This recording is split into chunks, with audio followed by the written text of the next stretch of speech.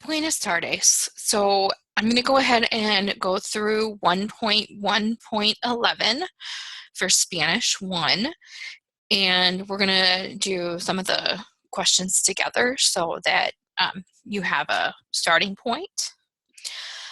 And I need to share my screen with you. So here we go. So remember what I told you with 1.2.10. I really want that word in the blank to be very fluent in Spanish. The rest of the sentence, I want you to practice. If it's not perfect, that's okay. But that word in the blank or any of the sentences needs to be as fluent as you can make it, which means that you're going to have to practice with people in your class. So part 1, número 1, una mujer de España es. So, okay, so when you were going through the lessons, there's a lesson about people from different countries, and a person from Spain who is a male would be español, but a person who is female, and we know that this is female because we can see right here that we have una mujer. So we know that it's female. Una mujer means a woman, and de España is from Spain. And so una mujer de España, we're going to say es española. And there we go. Okay, so una mujer de España es española. Española. I want no one to come in and say española. I want to hear española. Okay. Número 2. Juan no es perezoso. Es muy. So he's not. And we know he's not because, again, we have no, es. Perezoso. Perezoso. ¿Qué significa perezoso? I don't know. I don't know what perezoso means, so I'm going to go ahead and go back to my lesson. And I'm going to look at the lesson vocabulary. Okay.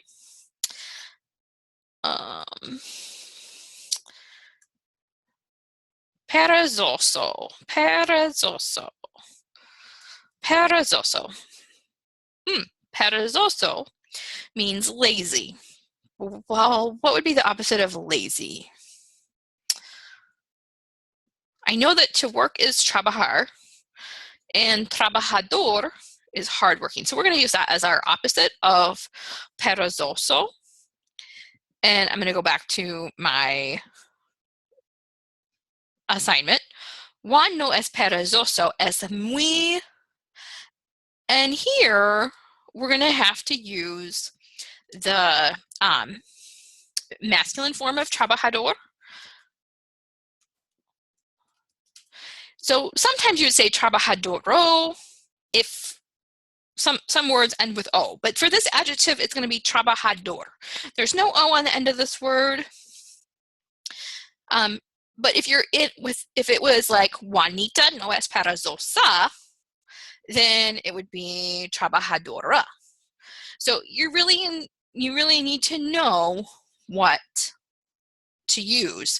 So this is one of those words that you're going to have to memorize. Trabajador, no O on the end. Trabajadora, for a female, does have an A on the end. Okay. Trabajador.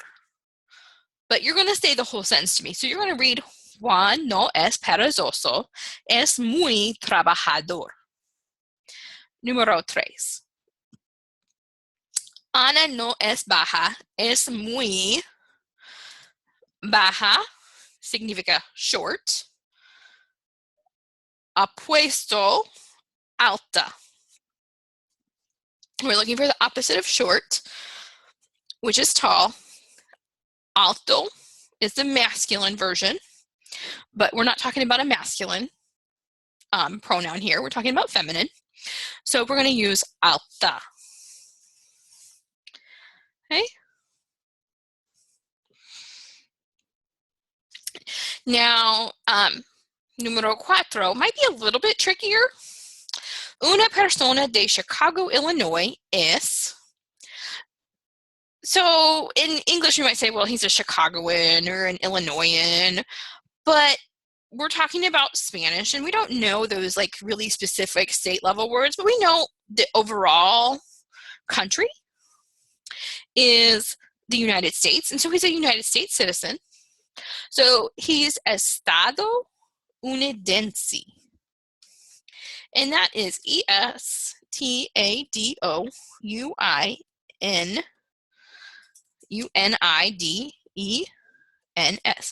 Estado Unidense. Una persona de Chicago, Illinois es Estado Unidense. And I want you to pay attention to this word because it doesn't end with an O, it doesn't end with an A, it just ends with an E. So it can be used for masculine or feminine. And you're going to want to know that if somebody is like asking you where a person is from, that might be in like New York City, they're also estadounidense. So you need to know your nationalities, you need to know your adjectives. And once you know those, then we can move on. And you'll be really prepared for your test and your spoken assignment. Now, let's move down here to the following, the sentences.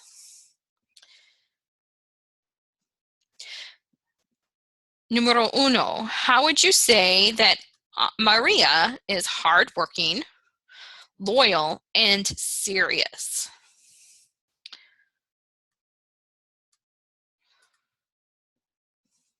Why won't it work? So Maria is our first item.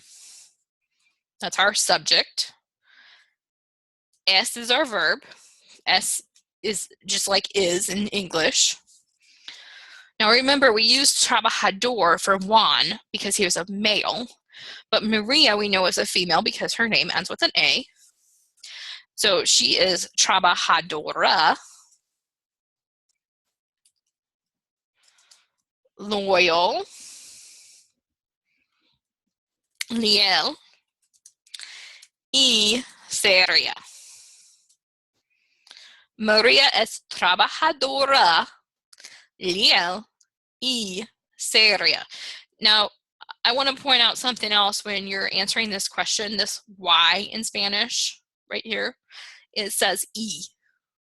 So I don't want to hear you say Y, I want to hear you say E. Now let's move down to the next one. ¿Qué nacionalidad es una chica de España? And also look up here at this direction. It says with complete sentences in Spanish. Answer the following questions with complete sentences in Spanish. So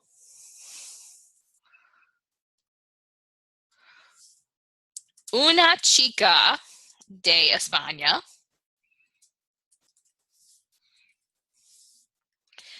es, how would we answer that? Remember that a male would be español, but a female would be española. Okay. Número tres, you're going to tell me why you should not use Americano to describe someone from the United States. And that doesn't have to be in Spanish. You can tell me in English. Número cuatro, describe a tall, intelligent, red-haired boy.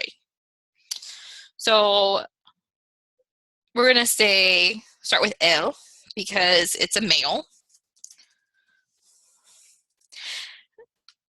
And I know my little keyboard shortcuts, but I don't know the capital letters of them, so forgive me.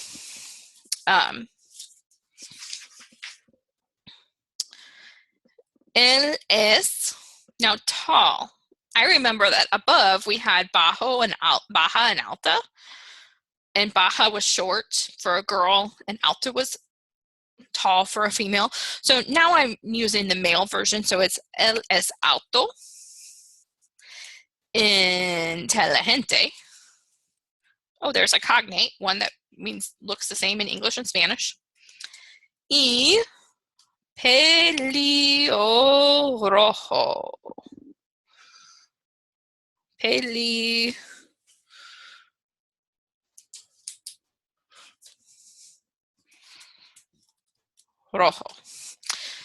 If you can figure out how to roll your R's, wonderful. If you can't, I will forgive you because I'm not super great at it.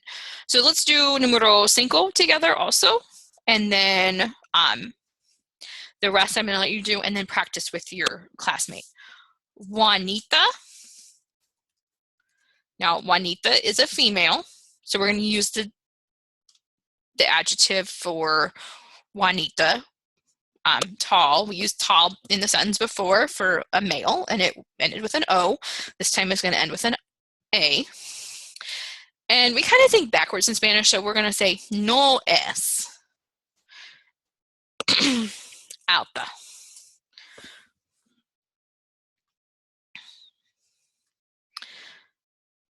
Preguntas, por favor, email me.